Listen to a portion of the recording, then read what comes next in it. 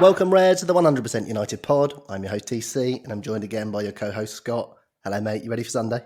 Oh, just about. Just warming up, eh? Yeah, just warming up. On today's show, we preview that massive game against Sevilla on Sunday before digging into all the latest Manchester United transfer rumours. First, though, Scott, one leg, win or bust, do or die. How you feeling now, just 2 days out from that Europa League semi? I've got the nerves that only European nights can bring me, so something's going right, you know? Yeah, and it's got a sort of final feel about it, doesn't it, with it just being one leg? It does. Even watching the Champions League games yesterday, it feels like a World Cup to me for some reason. It's weird, isn't it? Yeah. It's nice. It's not going to be kept, as we discussed before. There's too much money in the two-legged ties for the clubs and for UEFA as well. But as a one-off, it is a bit of fun, isn't it? It is, but there's a lot to lose. As you say, you know, over two legs, usually the better team wins, but over one leg, anything can happen. Yeah, I mean, on the last show, we obviously discussed who we'd rather have. You said you'd probably prefer Wolves. I said I'd probably prefer Sevilla. After doing a bit of homework on Sevilla, I'm not sure I'll stand by that. They're unbeaten in 19 in all competitions. One loss from 15 in the Europa League. And they've only conceded one goal in the last 8. Yeah, tough opposition. It really is. You know, they are Europa League royalty, 5 times winners, and only in a 14-year span as well. So it has been, I mean, that's an incredible record, isn't it? It is, and I mean, comparatively, we think about it. If we were to have both played in Europe, if Wolves and United both played in Europe, and then the next game is Wolves at home, you would have expected us to win, right? So, of course. I mean, I expected if we did play Wolves for it to be a cagey affair with a goal or two in it, and realistically, it looks like the same for Sevilla. They don't concede too many. We've got the most clean sheets in Europe, and yeah, they are tough opposition to say the least. Look, they play a sort of 4-3-3, high press, which is not normally something we react too well to. So we're going to have to be right on top of our game. Julian Lopetegui, the former Spain and Real manager, people will remember him from that World Cup debacle. That was incredible, wasn't it? He lasted, what, a week, 10 days, something like that? Absolute idiot. Unbelievable. But yeah, they like to press high. They've got marauding fullbacks. They play Jesus Navas, the ex-City winger, as a fullback. So that gives you an idea of how attacking those fullbacks, how integral those fullbacks are to their play. Obviously, Ever Banega, the danger man always. Might be his last game if he loses, or the final. And Ocampos, their top scorer with 17 in all comps. Other ones to look out for is ex-Liverpool Suso and ex-City Fernando as well. So well drilled, and also they're the kind of team that's set up exactly the way that we have struggled. It's going to be a litmus test for Ole and the boys.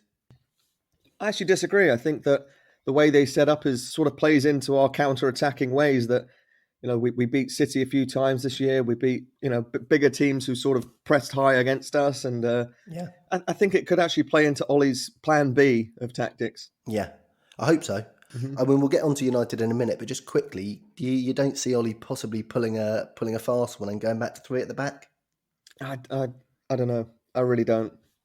He might. It's a possibility, isn't it? If Luke Shaw was fit, then it was a much more of a possibility. But he did play Bailly the other day, didn't he? So he could have been testing him to see how he was, right? Exactly. He did all right, so now he's ready for the 5 at the back. Look, the big worry I have is just with this struggle we've had playing the ball out from the back when teams have pressed us high. Obviously, it helps when Luke Shaw's back there, but when we play the formation where Matic drops very deep, the fullbacks are required to get on the ball quite a lot. If they are as well drilled as the package says, then we are going to have to be different to how we were, say, for instance, against Southampton.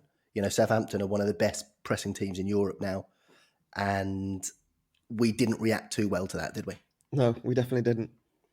One other thing that caught my eye was the aerial duels disparity. Sevilla only win 46% of theirs. We win 67% of ours. So that's one area where hopefully, God, I've been waiting for a Harry Maguire corner goal for how long, mate? Too long. Way too long. Luckily, I haven't been putting any money on it. So I've been avoiding that one, mate. So don't worry about They that. won't even take your bets anymore. I feel sorry for me. They shoo me out before I get my wallet out. Yeah.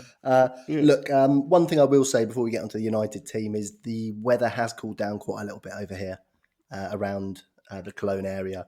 There was a big thunderstorm last night. It's heated up a little bit today, but it is a lot cooler. The air is much less still. I know the MUTV commentary team was saying it was like commentating in a sauna, and I felt their pain. It was like watching in a blooming sauna. So it will benefit us, of course. Sevilla playing a lot hotter climate than our boys are used to anyway. So it's something that I think will benefit us, and hopefully it stays that way. Look, on to United. We discussed the goalkeeper a little bit. I know you've had another few days to think about it. Who do you think is going to get the nod now, De Gea or Romero? I'll just caveat this with saying Romero's played 9 out of the 11 Europa League games, but you've got to remember, Romero played all the cup games and all the League Cup games. When it came to the semi-final, Big Dave was between the sticks. Yeah, I think that's what's going to happen again. Yeah. Yeah, but as I said last time, my success rate for team selections is so poor, so just don't listen to me when it comes to this. I would say that the thing is, I would expect Ollie to want to play De Gea in the final, and it makes more sense to put him in for the semis and final, doesn't it, than just pull Romero out after the semis, upset Romero on the week of the final, and also put De Gea in cold when he hasn't played for a couple of weeks. Yeah, and especially if it's something if they've discussed way on earlier in the season, right? That he's going to play every cup competition until the semi-finals. Yeah, maybe that's why he wants to leave, eh? Maybe. You would, wouldn't you? So yeah, I think De Gea will get the nod. I really do. The only reason why I can't see it happening is because Ollie's been burnt by putting him in for the Chelsea semi when he could have just played Romero then and avoided that whole hoo-ha. But yeah, I expect to see Dave between the sticks, I think. Yeah, me too. Centre back, we just hang on a sec. Do you hope to see Dave between the sticks, or would you prefer to see Romero? That's a fantastic question, Scott. I would prefer De Gea between the sticks. Yeah. Okay. All right. Yeah. Look, last time we played Sevilla, remember there was a De Gea masterclass, wasn't there, in the Ramon Sanchez Stadium? He saved one from Ben Yedder, didn't he? Which was just off the chart. Outrageous. Yeah, the header, right? Yeah. It's worth noting. I mean, that's the only time we played them, and they came to Old Trafford and did us over, didn't they? Ben Yedder grabbed a brace. That was the beginning of the end for Mourinho, wasn't it? It was when he started benching Pogba.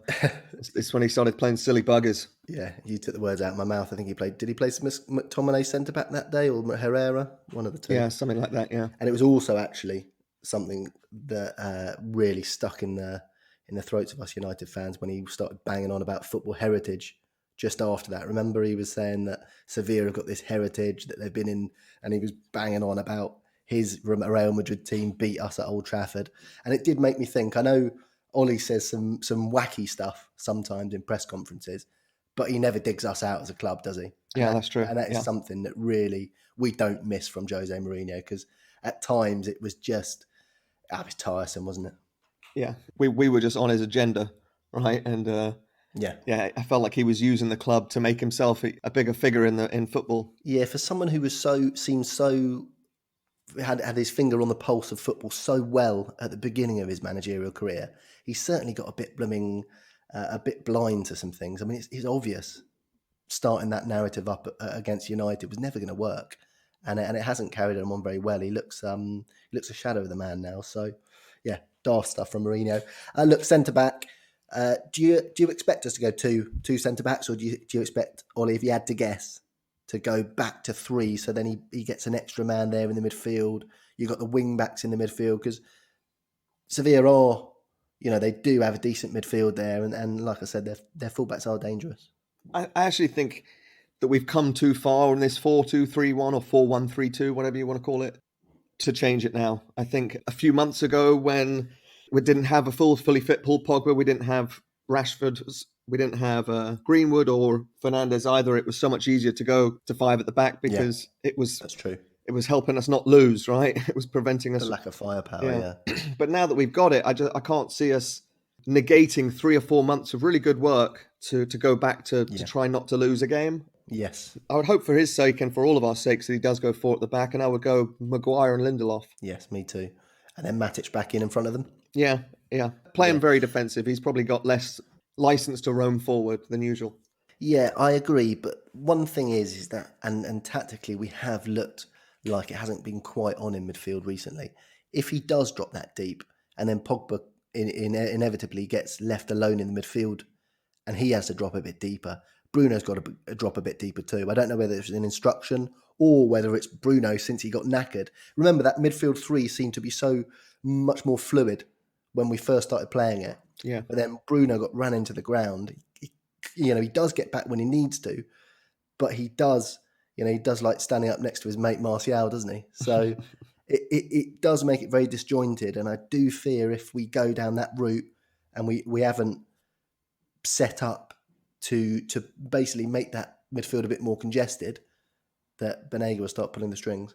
Yeah, but the alternative, if we do play 5 at the back, what we're going to play 5-3-2, and then we've got no width going forward. And I categorically don't want us to play 5 at the back. Yeah. If Matic is going to drop back almost to be a third centre back at times, which is fine, and Pogba then drops back to be in between a defensive and a central midfielder, then we can't have Bruno as a support striker. Yeah. It's crackers, and it's not as if Bruno has the aerial ability that we can ping balls forward to him.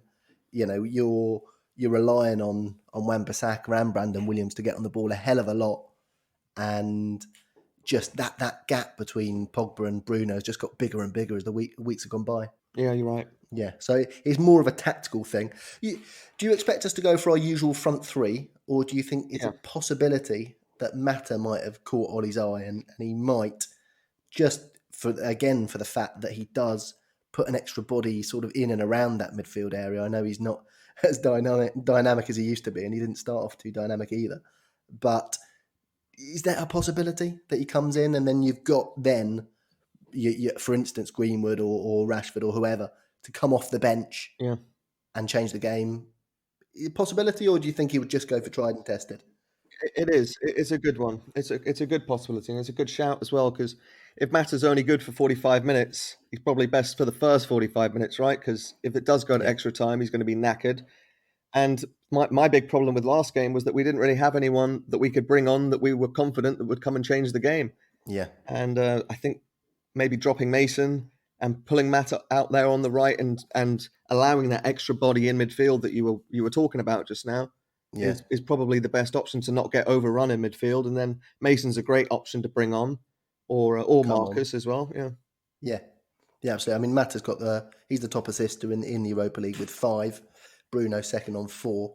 But I do see that as a possibility. I could see Mata starting, and then, but blooming hell, if it was 0-0 and you bring Greenwood on, you're thinking he's going to bag one. Yeah, especially 60 minutes. Defenders are a bit tired and game's a bit stretched. That's his kind of game, right? Yeah. It's just, Ollie, please, if you do that, don't leave it to 80 minutes. I'm begging you. Look, so monster game. Have you got a score prediction for me, mate? I don't often ask for one, do I? Oh, man. Give me a minute to think about that. But before, tell me where you found that little graphic with all the with the shirt previews for tomorrow. Oh, that was on the Sevilla website. Oh, that was great. I've never seen one of them before. Yeah, so that's the official thing that UEFA send to the clubs. What do you think of that? So, as you've highlighted that for me. This pink and red goalkeeper shirt. I mean, that's a one-off, isn't it? We're never going to wear that. It's crazy. I've never seen anything like it. Will that be the first time ever that a Manchester United goalkeeper will wear red? Maybe, yeah. I mean, that's probably going to be for the Dazzle Camo, right? No, because the thing is, we wear Dazzle Camo when someone's wearing red, right? It's the only reason we'll ever not wear the home kit is because the other team's got red on them, and then you can't have the keeper in red, surely. That's true. It's crackers. It is mad. But yeah, so we got a pinky red goalkeeper shirt, which I think might be a one and done, and we're also going to be wearing it's sort of a blacky dark green away kit with white socks as well. So even though Sevilla are wearing white shirts, white shorts, and black socks, yeah, crackers. But you, as you said last time, UEFA are usually sticklers to the rule, right? They are. Maybe it was Sevilla's giant red numbers or something like that. Too much of a clash. All right, I'm going to go 1-0 United. 1-0 United? Yeah, 1-0 United. Cracking prediction, I'll go 2-1 United. Yeah? Yeah. How many penalties you got scoring in the I don't know. I'm not going to say Harry Maguire first goal. I mean, everyone's going to be turning off, aren't they? Don't. Come on. Yeah, the less pressure on him to score, the better, because it's definitely not what we signed up for, right? Yeah. Although talking about bets, I was pinging you a few messages the other day showing you that I don't always lose a bet. I do have to dig back a few decades, but that Ruud Van Nistelrooy one was an absolute cracker. He hadn't scored for a number of games. You remember that? Yeah, had. Going into the Leicester game, and I Yeah. went down the bookies, and yeah, I cleaned up on that one. I bet on scoring a hat trick. So you know, but remember back in the day, Henri and Van Nistelrooy, you can get them every week at like 10-1 first goal scorer, 12-1. It was mental, like giving away cash. Honestly, you just go and pick up your £100 every blooming day. I was only young. It's fantastic. See, my problem was I used to double it up with the score, and then I'd usually get one right and one wrong, and it'd usually be like a last minute. My worst one, I remember United played Chelsea at home, and I had Hasselbank to score first, United to win 3-1, and Hasselbank scored first, United went 3-1 up. I was loving it, and then Tor Andre Flo scored twice in the last 3 minutes, and there went my like £700. I was about 17 years old, 18 years old. Yeah. 700 quid, Illegal man. I stuff. was devastated. And my dad was like, "What's the problem? Well, we didn't lose." I was like, "No, you had no idea." That is the problem with betting on the score. Yeah. You don't want to be in a situation where you've got a load of bunts riding on it and United to say 3-0 up. You want them to score 4 and 5, even if you bet on 3. So, but yeah, just to show I don't always lose the bets, mate.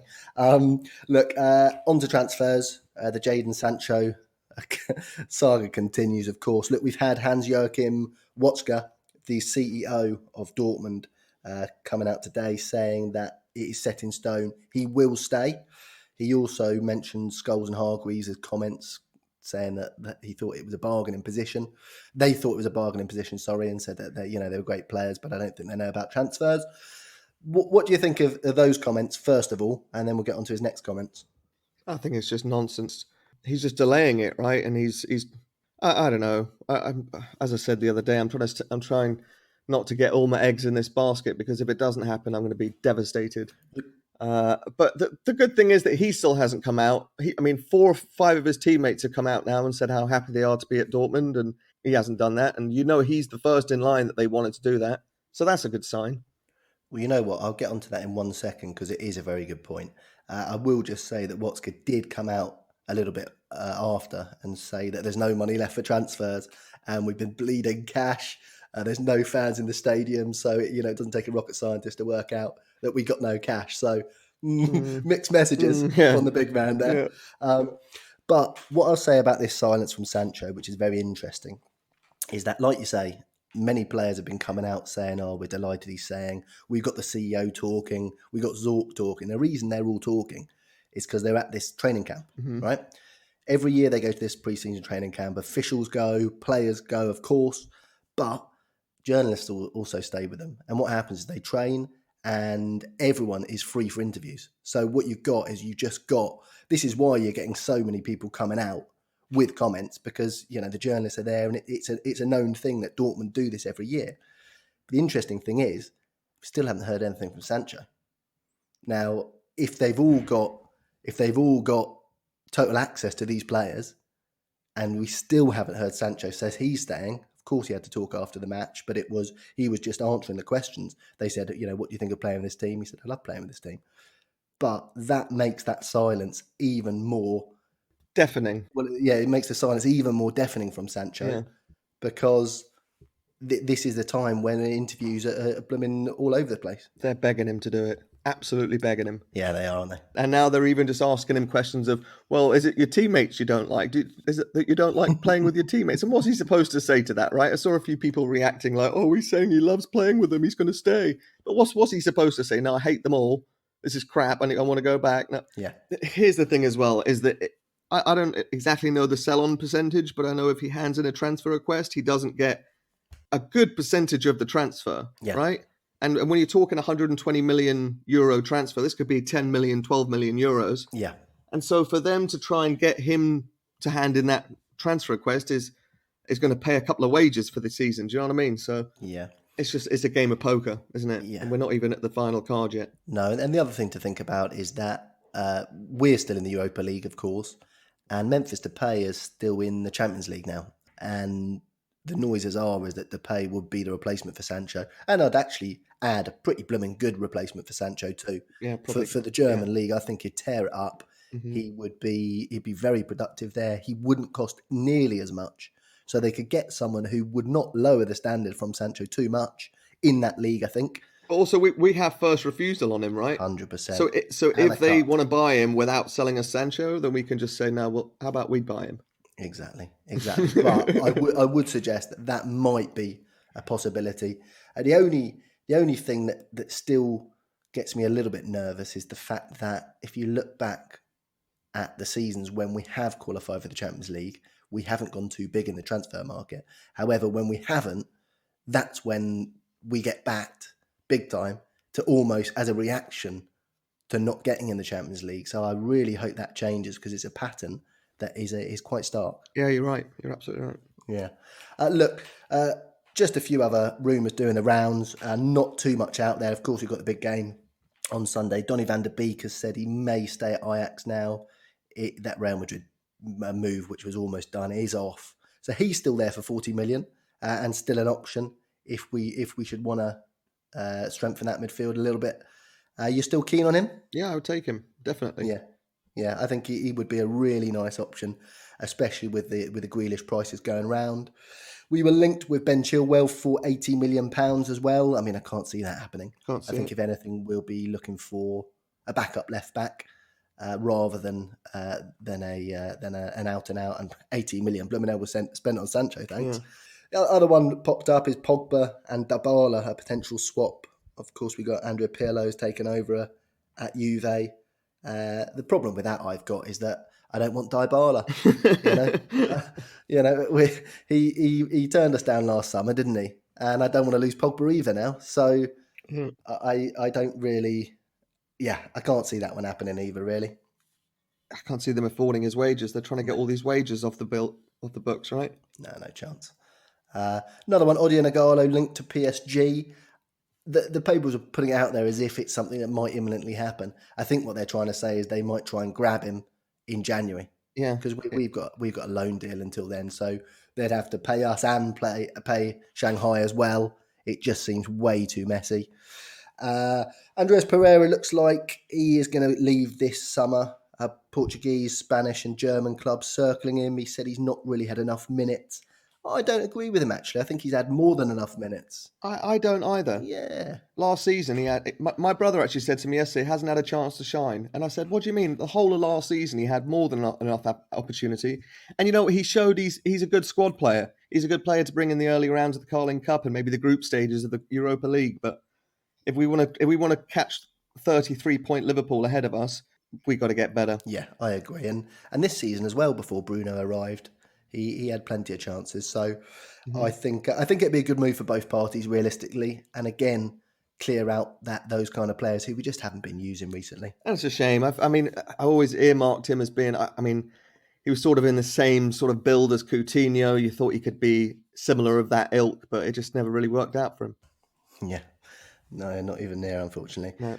One more is James Garner looks like the loan deal to Swansea's grabbing a bit of traction. I think that'd be fantastic for the kid as well. He's a bit of a podcast favourite, isn't he? Yeah, love him.